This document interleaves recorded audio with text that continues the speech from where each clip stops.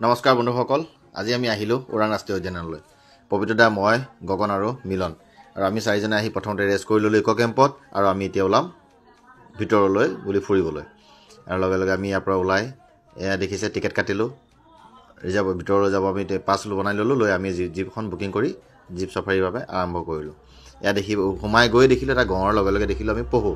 ইমান সুন্দৰ পৰিৱেশ, ইমান ভাল লাগিছে ভিতৰত গৈ। অলপ পিছত দেখিছোঁ এইটো বাঘ, দেখিছেনে? এয়া দৌৰি আছে বাঘটো, চাওক।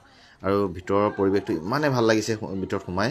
আমাৰ ওচৰতে যে ওৰাং ৰাষ্ট্ৰীয় উদ্যানৰ ইমান সুন্দৰ মনোমোহা দৃশ্য আছে, বা মানুহবোৰে কাজিৰঙালৈ কিয় যাব লাগে, সকলো যিহেতু ইয়াত আছেই, গতিকে আমি ইয়াত আহক, ইয়াতে চাওক ইমান সুন্দৰ পৰিৱেশ আছে। ইয়াত দেখিছে পহুবোৰ চৰি আছে, তাত শ শ পহু আছে, গঁড় আছে, গাহৰি আছে, একেলগে পিটনি চবেই খাই আছে।